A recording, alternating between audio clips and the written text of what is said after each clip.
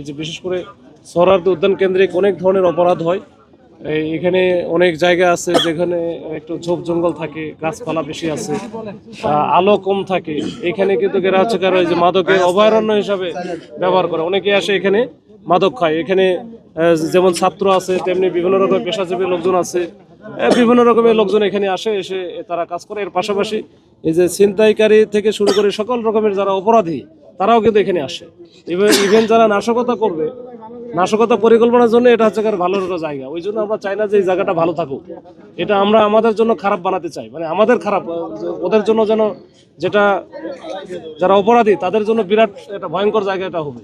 আমরা যেন হচ্ছে সবাই মিলে এটা সবার চেষ্টা করলে ইনশাল্লাহ তাদের জন্য একটা ভয়ঙ্কর জায়গা বানাই ফেলতে চাই আমরা, যেন সাধারণ মানুষ, ভালো মানুষের জন্য এটা ভালো জায়গা হবে, আর অপরাধীদের জন্য হবে এটা ভয়ঙ্কর জায়গা, মানে এখানে আসলে ধরা খাবে। আমরা শুনছি যে এরকম ওই যে ফ্লাইওভারে, বিশেষ করে ফ্লাইওভার এবং এই যে ওভারব্রিজ বা ওভারপাসে যেগুলো আছে, ফুট ওভার ব্রিজগুলোতে এখানে ওই যে ছিনতাই বেশি হয়।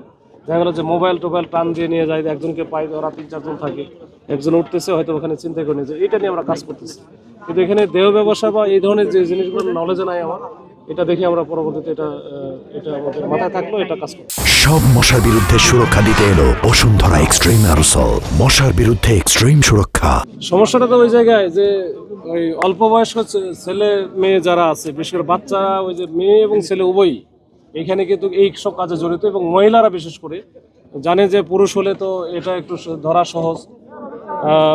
সহজে ধরা যায়, কিন্তু মেয়েদের তো আসলে খুব বেশি আমরা কিছু করতেও পারি না। অনেক সময় আগে থেকে যদি না জানা থাকে তাহলে মহিলা যাচ্ছে, আমরা সাধারণত অ্যাভয়েড করা চলি, যে ঠিক আছে মহিলা মানুষ দরকার নাই।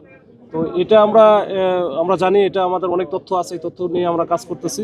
যারা এই ব্যবসার সাথে জড়িত, যারা মাদক ব্যবসার সাথে জড়িত, সেটা ছোট বাচ্চা হোক আর মহিলা হোক, এটা আমাদের নলেজে মোটামুটি আমরা অনেক ইনফরমেশন পাইছি, এটা নিয়ে আমরা কাজ করি। পুলিশের পোশাক ছাড়া আবার আসলে সাদা পোশাকে না, বুঝতে পারছি যে আমরা ইউনিফর্ম ছাড়া আসলে আবার তখন আবার এটা নিয়ে আবার প্রশ্ন উঠবে, বা এখানে যারা দর্শনার্থী, এখানে তো অনেক হিউজ পরিমাণে দর্শনার্থী থাকে, যারা অনেকে একটু ঘোরার জন্য আসে, বেড়ানোর জন্য আসে, অনেকে ফ্যামিলি নিয়ে আসে। সেক্ষেত্রে আসলে ভীতির সঞ্চার হবে। ওই জন্য যখন পুলিশ দেখবে বা ইউনিফর্ম দেখবে, তখন হয়তো বা তাদের মধ্যে একটা আশ্বস্ত তারা হবে যে না, এটা তো পুলিশের হয়তো অভিযান চলছে। গ্রেপ্তার এখন পর্যন্ত সংখ্যাটা সুনির্দিষ্টভাবে বলা একটু মুশকিল, আমরা থানায় গেলে বুঝতে পারবো। 15-20 জনের মতো হবে। এটা আমরা ওই যাদের কাছে মাদক পাইছি, বিশেষ করে যে ছিল যে ইয়াবা তো না, কি বলে, গাঁজা আছে, তাদেরকে ধরা হয়েছে। এখন দেখা যাক, আমি যাওয়ার পরে এটা গুনলে তখন হয়তো বা সুনির্দিষ্টভাবে বলা যাবে।